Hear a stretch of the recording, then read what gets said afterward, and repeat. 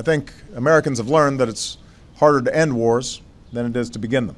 The bottom line is, it's time to turn the page on more than a decade in which so much of our foreign policy was focused on the wars in Afghanistan and Iraq.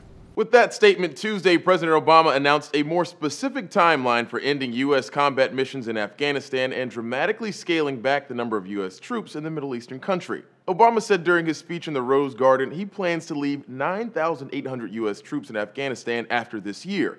He also said he plans to cut that number in half by the end of 2015 and withdraw all U.S. troops from Afghanistan by 2016. USA Today cites Obama, who said U.S. troops that remain in Afghanistan will be committed to two narrow missions: training Afghan forces and supporting counterterrorism operations against al-Qaeda remnants. But those missions and the retainment of U.S. troops in Afghanistan hinges on the Afghan government signing the bilateral security agreement. Outgoing Afghan President Hamid Karzai has declined to sign that security deal, but both presidential candidates said they will sign it if elected. Obama's plan to withdraw troops is an attempt to transition power to the Afghan people following the end of the war in Afghanistan and what will be the first democratic transfer of presidential power in the country's history.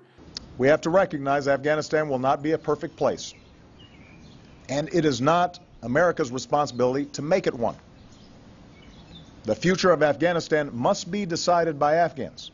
There are currently more than 32,000 U.S. troops in Afghanistan. While some Republican critics agree the war in Afghanistan should end, they also say President Obama's current approach is a mistake. Senators John McCain, Lindsey Graham, and Kelly Ayotte released a joint statement calling Obama's timeline a monumental mistake and a triumph of politics over strategy, and added Tuesday's announcement will embolden our enemies and discourage our partners in Afghanistan and the region. Obama will travel to West Point Wednesday, where he is expected to detail more plans about the U.S. troop withdrawal from Afghanistan while giving the commencement address at the U.S. Military Academy. For Newsy, I'm Christian Bryant.